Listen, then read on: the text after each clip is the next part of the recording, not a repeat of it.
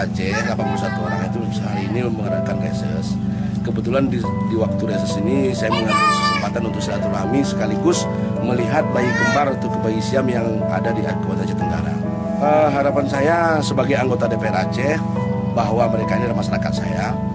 Jadi baiklah perhatian dari Dinas Kesehatan ataupun Menteri Kesehatan Pusat, juga Dinas Kesehatan Provinsi, Pak Gubernur juga akan memperhatikan melihat daripada kondisi-kondisi perkembangan bayi kembar ini.